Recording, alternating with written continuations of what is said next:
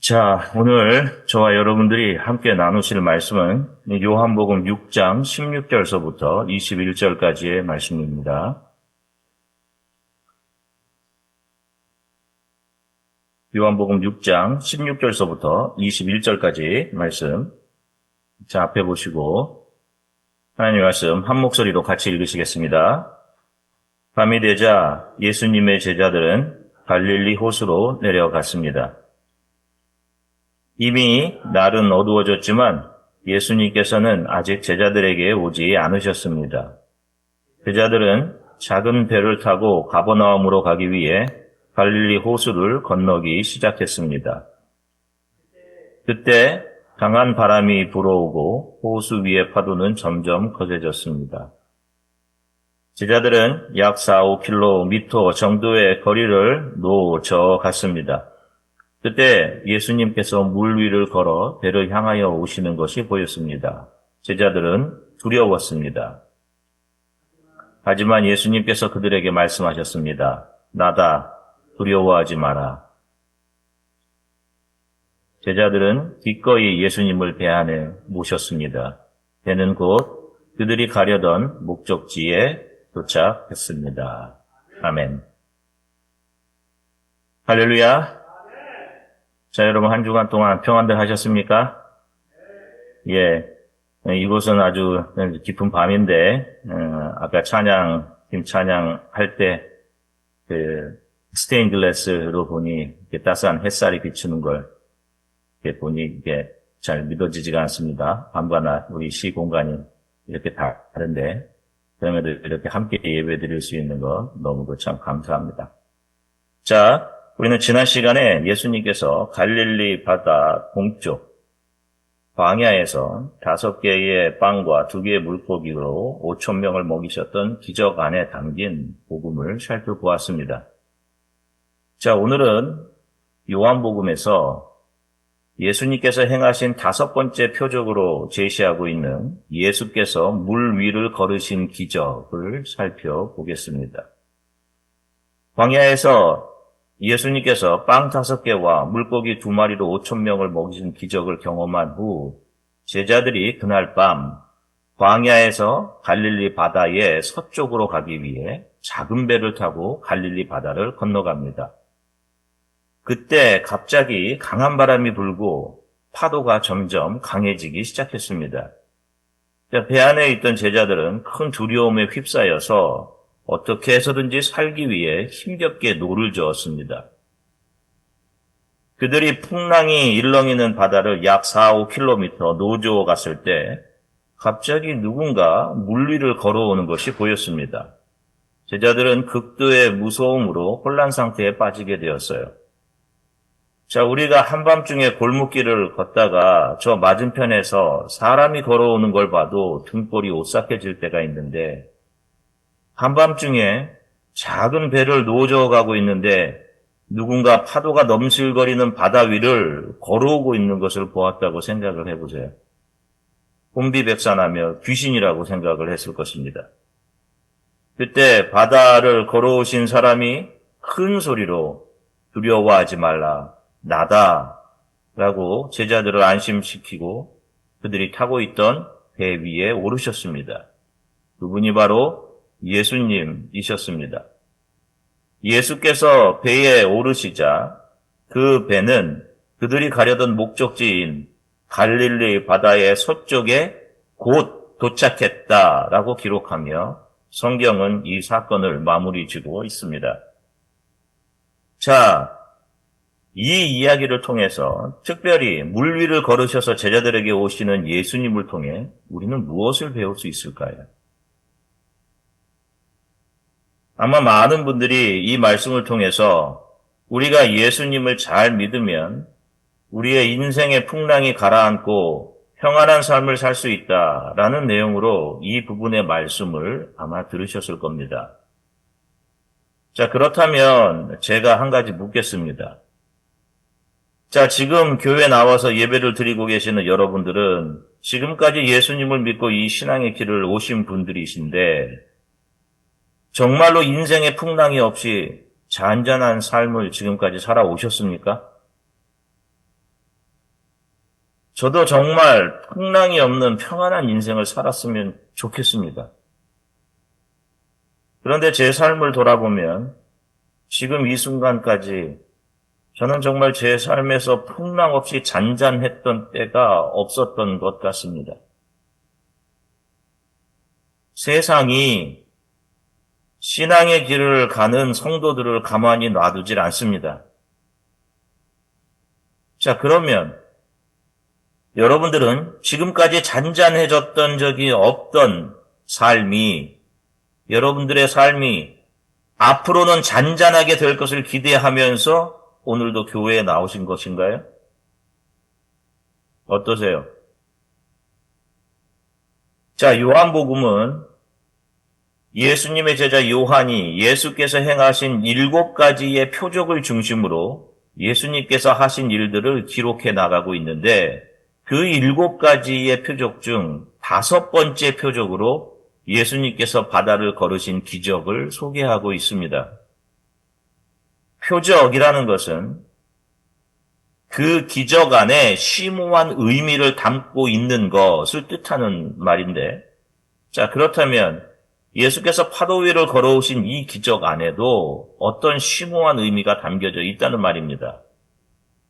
자, 예수님께서 광야에서 5개의 빵과 2마리의 물고기로 5,000명을 먹이신 후 날이 저물자 제자들이 배를 타고 갈릴리 동쪽 광야에서 갈릴리 서쪽으로 가고 있습니다. 자, 지난주에 말씀드렸듯이 갈릴리 바다의 동쪽은 광야이고 서쪽은 약속의 땅을 상징한다라고 지난주에 말씀드렸습니다. 자, 이것을 토대로 본다면 지금 제자들이 광야를 떠나서 갈릴리 서쪽의 가나안 땅, 바로 약속의 땅을 향해 배에 올라 노를 저어 가고 있는 그런 모습입니다. 자, 잘 살펴보시면 지금 광야에서 약속의 땅으로 가기 위해 힘겹게 노를 저어서 나아가고 있는 이 제자들의 모습은 영원한 하나님의 나라로 가기 위해 인생의 흉흉한 바다 위에서 힘겹게 노를 젓고 있는 하나님의 자녀들, 바로 저와 여러분들의 모습이며 이 파도가 출렁이는 바다 위를 노저어가는 이 신앙의 여정이 어떻게 완성되어지는가를 성경이 보여주시고자 하고 있다는 것을 우리들이 유추해 볼 수 있습니다. 자, 지금 광야에서 약속의 땅을 상징하는 갈릴리 바다 서쪽으로 제자들이 노를 저어가고 있는데 갑자기 강한 바람이 불고 높은 파도가 치기 시작합니다. 그 일렁이는 풍랑 앞에서 작은 배는 너무도 위험해 보이죠. 그 배 안에 있던 제자들은 살기 위한 필사의 노력을 다합니다.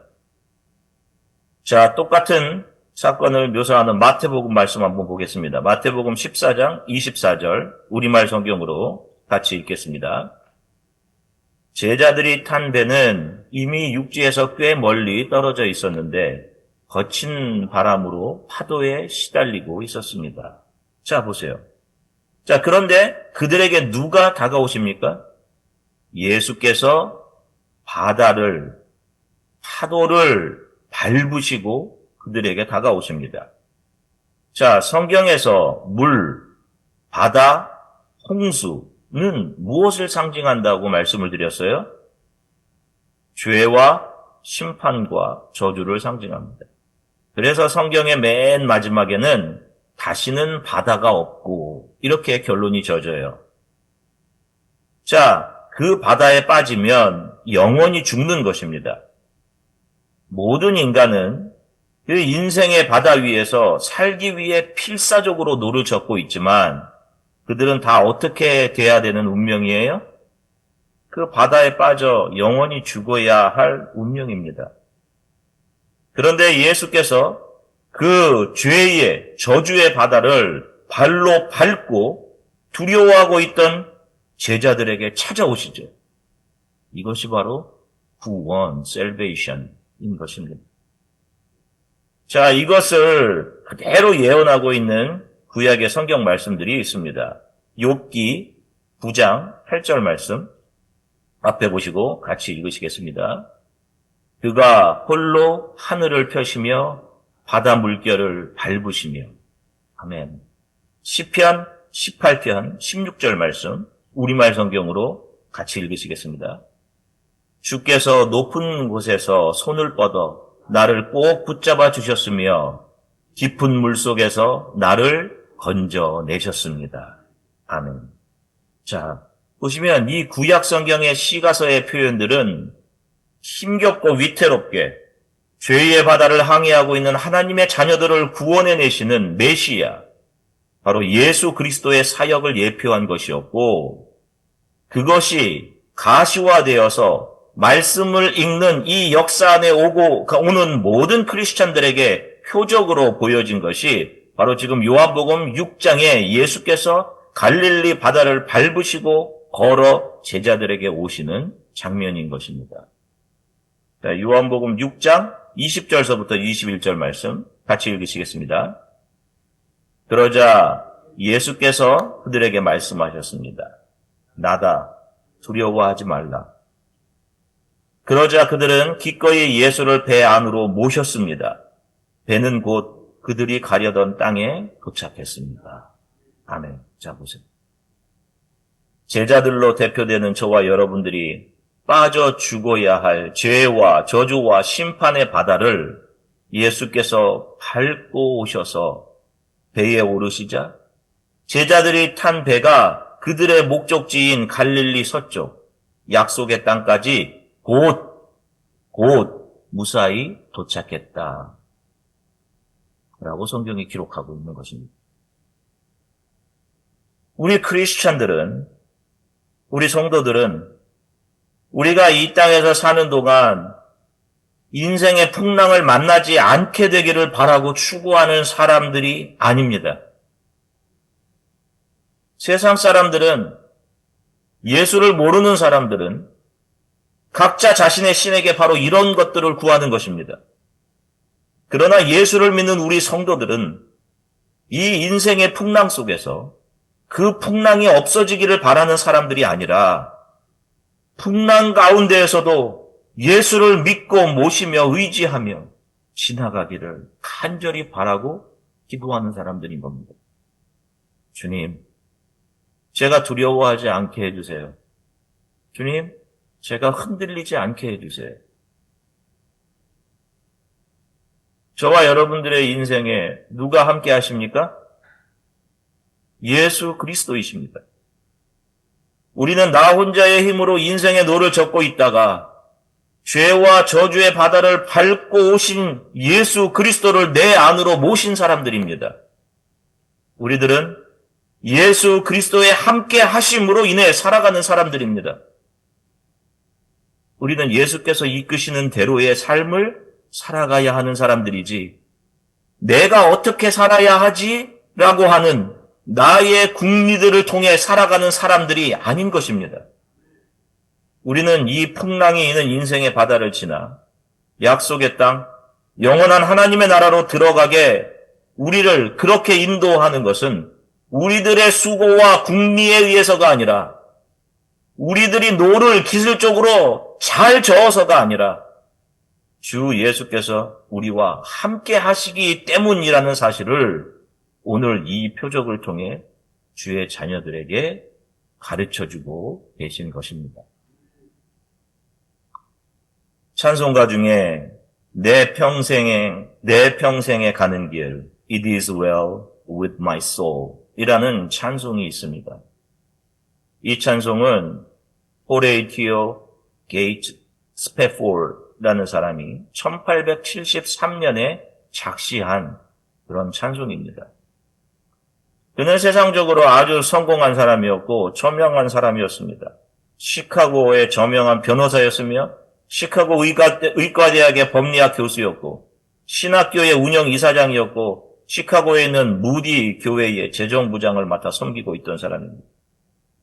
자, 이 정도면 하나님께서 그의 인생을 평안한 길로 인도하시며 그의 삶에 좋은 일만 있게 해 주셨으면 참 좋았을 텐데 그는 1870년에 사고로 아들을 잃습니다.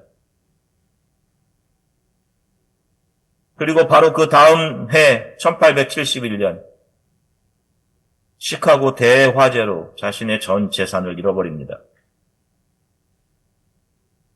그리고 4년 뒤 여행 중 배가 전복되어서 네 딸을 다 잃게 됩니다. 그가 이런 인생의 풍랑을 겪은 후 지은 찬양의 가사가 바로 내 평생에 가는 길, It is well with my soul 이라는 찬송가 가사입니다. 한번 가사를 제가 읽어드리겠습니다. 내 평생에 가는 길 순탄하여 늘 잔잔한 강 같든지 큰 풍파로 무섭고 어렵든지 나의 영혼은 늘 편하다. 저 마귀는 우리를 삼키려고 입 벌리고 달려와도 주 예수는 우리의 대장되니 끝내 싸워서 이기겠네. 공중에 구름이 일어나며 큰 나팔이 울려날 때 주 오셔서 세상을 심판해도 나의 영혼은 겁없겠네. 내 영혼 평안해. 내 영혼 평안. It is well. It is well with my soul.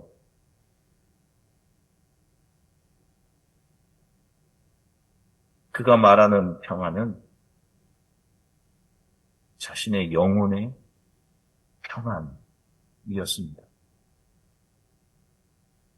내 평생에 가는 길에 나에게 쉽고 평탄한 삶이 오든지 혹은 때때로 큰 풍파로 인해 나를 혼란스럽게 하고 두렵게 하는 상황이 오든지 상관없이 이제 예수 안에 있는 내 영혼은 평안합니다.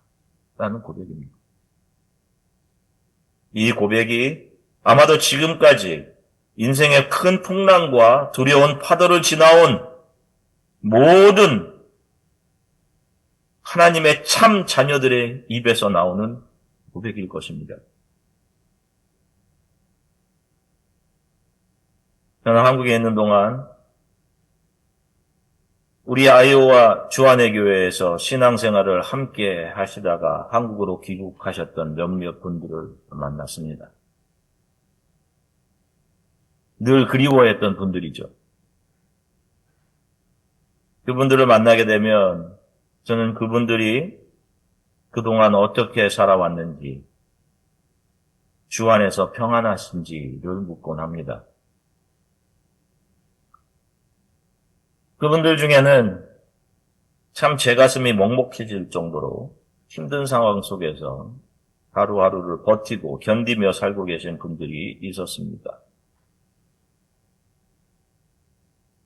그분들은 정말로 풍랑이 일고 파도가 치는 바다 한가운데를 지나고 계셨습니다. 그들의 삶의 아픈 이야기들을 저와 함께 나누고 제게 기도 부탁을 하고 그리고 저는 집으로 돌아와 기도하면서 하나님, 왜 저분들을 이렇게 오랫동안 힘든 상태에 두시는 건가요? 이렇게 하나님께 여쭈어 보았습니다. 그런데 성경이 우리들에게 주는 답은 우리 크리스찬들은 그걸 지나가야 한다는 것입니다. 그 힘든 상태를 지나가야 하나님의 사람들은 세상에 대한 신뢰와 세상과 잡았던 손을 놓고 예수만을 붙잡고 이 신앙의 길을 갈 수 있게 되기에 그렇게 이해하기 힘든 상황을 지나가게 하시는 것입니다. 그런 시련이 없으면 다들 이 세상이 자신들이 정착할 집인 줄 알기 때문에 그렇게 하시는 것입니다. 네가 너희 집이 아니다. 너희들이 돌아가야 할 집이 있어. 그리고 하나님의 자녀들은 그 거친 파도 같은 상황을 지나가면서 이렇게 변해가는 것입니다. 고린도후서 2장 15절서부터 16절 우리말 성경으로 같이 읽으시겠습니다. 우리는 구원받는 사람들에게나 멸망받는 사람들에게나 하나님 앞에서 그리스도의 향기입니다. 그러나 어떤 사람에게는 죽음에 이르게 하는 죽음의 냄새나 어떤 사람들에게는 생명에 이르게 하는 생명의 냄새입니다. 누가 이런 일들을 감당할 수 있겠습니까? 아멘.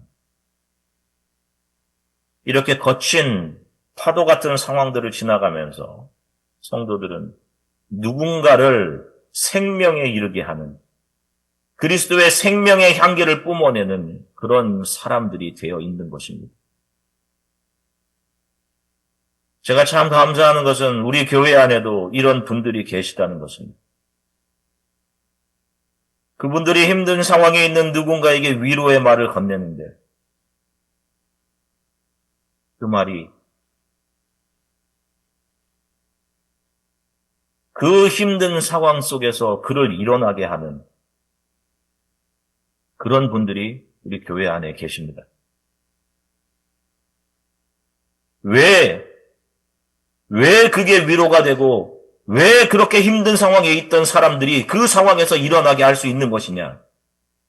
그분들이 먼저 더 큰 파도와 출렁이는 바다를 지나오신 분들이기 때문에 그렇습니다.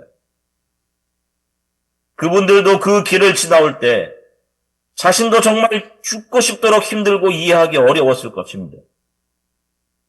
그런데 그분은 자기도 모르는 사이에 누군가 삶에 지쳐있는 사람들에게 힘과 용기를 주고 그들에게 그리스도의 생명을 주는 그런 영적인 거장으로 서 있는 것입니다. 자신도 모르는 사이에 그는 영적으로 크게 성장해 누군가를 살리는 사람으로 변해 있는 거예요. 그렇게 사람을 살리는 힘이 바로 고난의 파도를 묵묵히 건너온 사람에게만 나게 되어 있는 사람을 살리고 영원한 생명을 주는 그리스도의 향기인 것입니다. 이런 사람이 진짜 예수 그리스도를 따르는 성도 크리스천인 것입니다. 사랑하는 주안의 교회 성도 여러분, 때로 많이 힘들고 많이 피곤하시죠? 때로는 이해할 수 없는 상황 속에서 두렵고 답답하시죠?